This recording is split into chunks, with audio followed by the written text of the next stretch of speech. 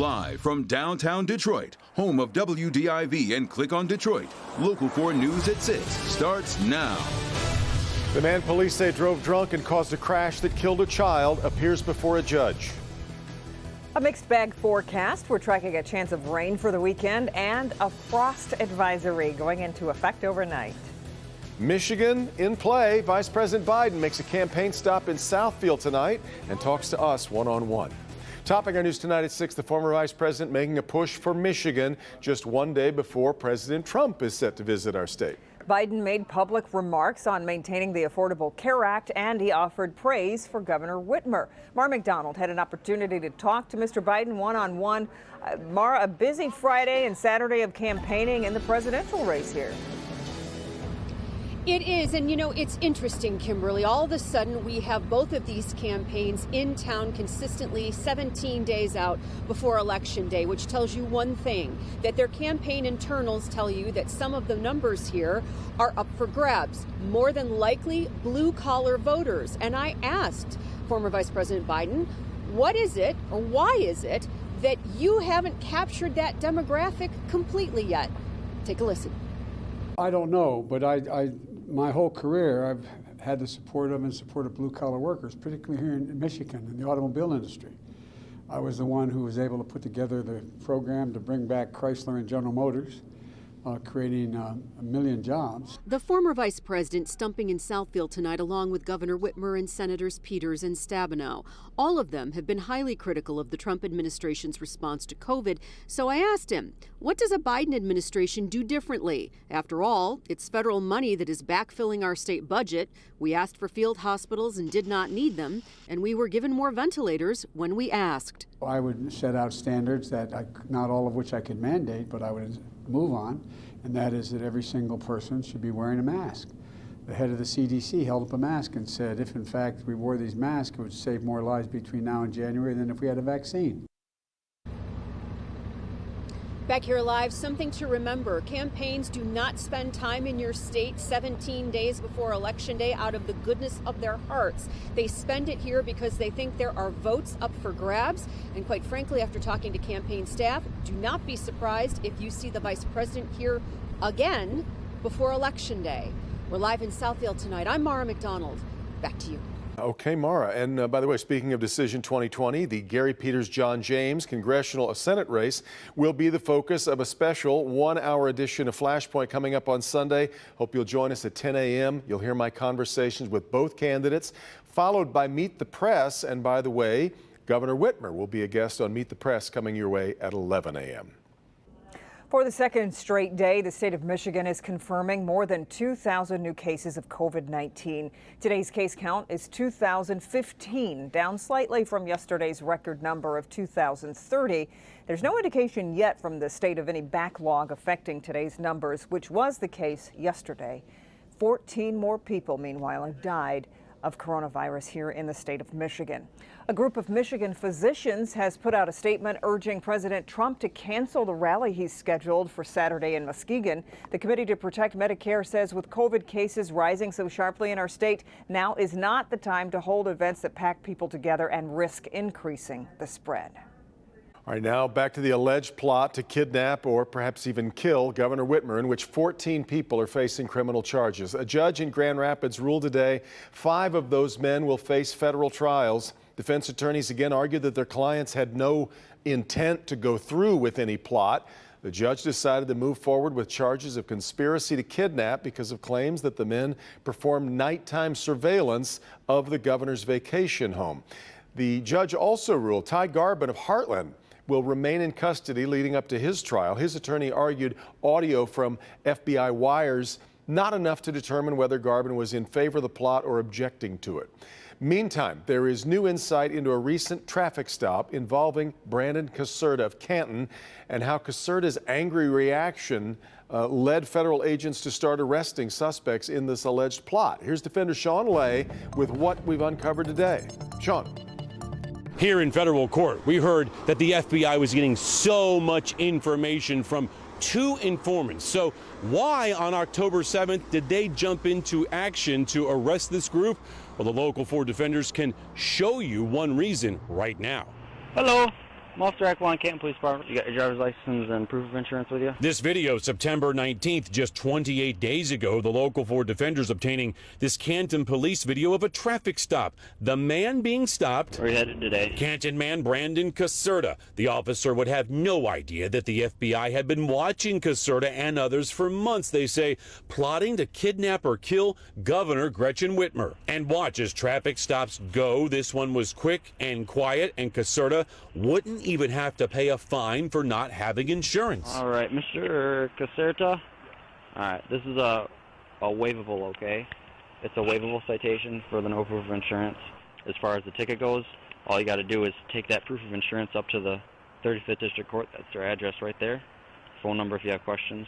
And it'll be waived. But after this traffic stop, Caserta was on his YouTube channel raging against police taking money from citizens. You gotta know who the enemy is. The FBI saw the videos. 2 FBI informants on the inside of the group sent agents encrypted messages they say are from Caserta, who said he found out who the officers were involved in the traffic stop, where they lived, and he could easily kill them. The FBI says they have recordings of Caserta raging against the government and allegedly saying he wanted to start killing as many police officers as possible to add to the kidnapping plot. Sources tell us it was this traffic stop and the alleged threats afterwards one reason why the FBI decided to swoop in and arrest this group. Drive safe. That traffic stop, not the only reason why the FBI moved in. Sources say they were very concerned that very soon police officers might be targeted by the group, and also they believe one of those sources on the inside might have been compromised. In Grand Rapids, Sean Lay, Local 4 Defenders. Okay, Sean, thanks. Well, it's been a mild and sunny Friday, but things are going to get much colder overnight here. Andrew is in for Ben with that, but also a chance of rain for this weekend, Andrew. That's right. We're already seeing a few sprinkles that are out there, and we're feeling that chill as the sun continues to set. Temperatures in the 40s already in some places, including 47 for our friends in Pontiac, while it's 53 in Mount Clemens and at Metro Airport. Overnight tonight, temperatures dip into those middle and low 30s again, prompting a frost advisory to go into effect overnight and for your Saturday morning. It's for Detroit and all of Southeast Michigan, so once again, make sure pets and potted plants are back indoors. Always be careful with space heaters. Look at how gorgeous it is outside, though. Yes, avid boaters out there, you still have at least a few more days to take the boat out there on the water. Just remember life jackets for everybody. Beautiful sunshine over Detroit. Just grab your jacket and you're all set, as well as your masks, of course. We're looking at 53 degrees currently. Now, temperatures dip to around freezing by tomorrow morning. Where do they go from there? How far do they rise on Saturday? That, your Sunday forecast, your 7-day forecast, coming up. Okay, Andrew, the man arrested in that horrifying fatal car crash in Waterford Wednesday afternoon appeared before a judge today from his hospital bed. Trevor Duncan Taylor facing serious prison time if found guilty in the death of a 6-year-old little girl. Local 4's Rod Maloney is live tonight in Waterford with what came of today's hearing. Rod?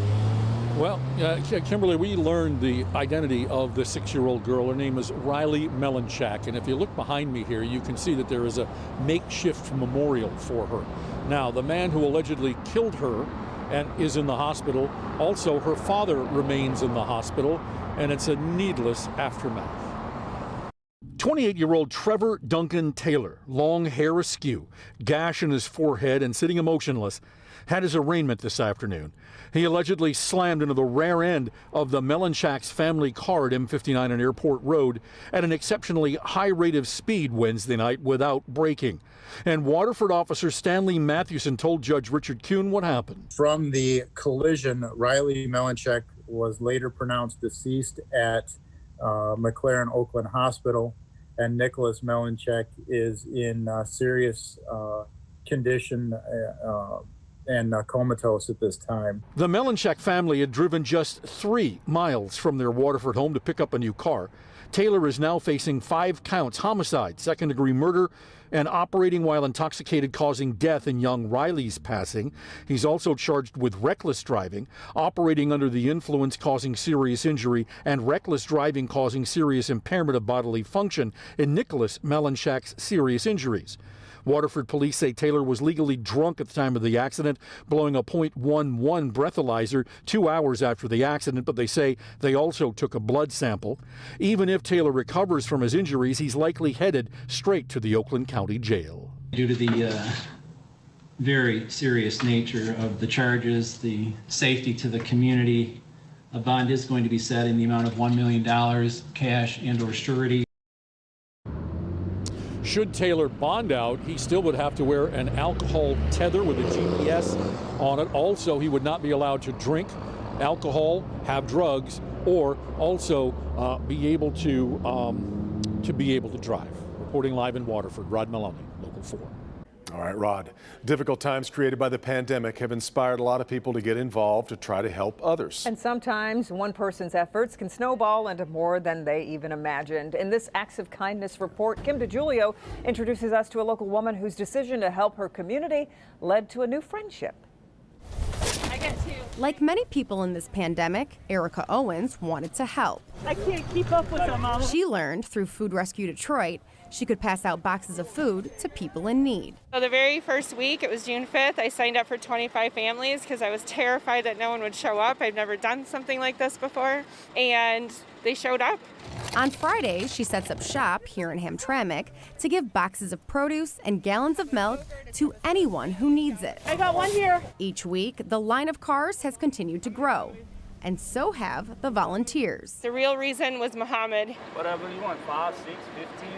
He came for a box one week, and it was just me and my son Patrick doing this, and he said, "Do you just do this by yourself?" And I said, "Yeah, I never asked anybody, I just jumped in and did it." And he said, "If you save my box, I'll come help you." So since week 3, he has come early and stayed late. See, when I saw her with her child, I like, oh man, I have to help her. Now Mohammed and Erica, who were complete strangers a few weeks ago, have formed a bond. Don't be shy. It's like right now, she's just like my sister to me. With one thing in common, a desire to help others. And what's amazing is he speaks Arabic, so he is an interpreter, so that changed the dynamic of this line as well, because I could communicate with everyone. The line now serves up to 3,500 families each Friday and has even attracted the help of the Hamtramck Fire Department. It's kind of magic around here. Everybody comes and we all start to know each other, and they tell the stories of who they helped or how their brother's doing better in the hospital or whatever the story is, but it's really cool. In Hamtramck, I'm Kim DiGiulio. I'll give you 3, okay?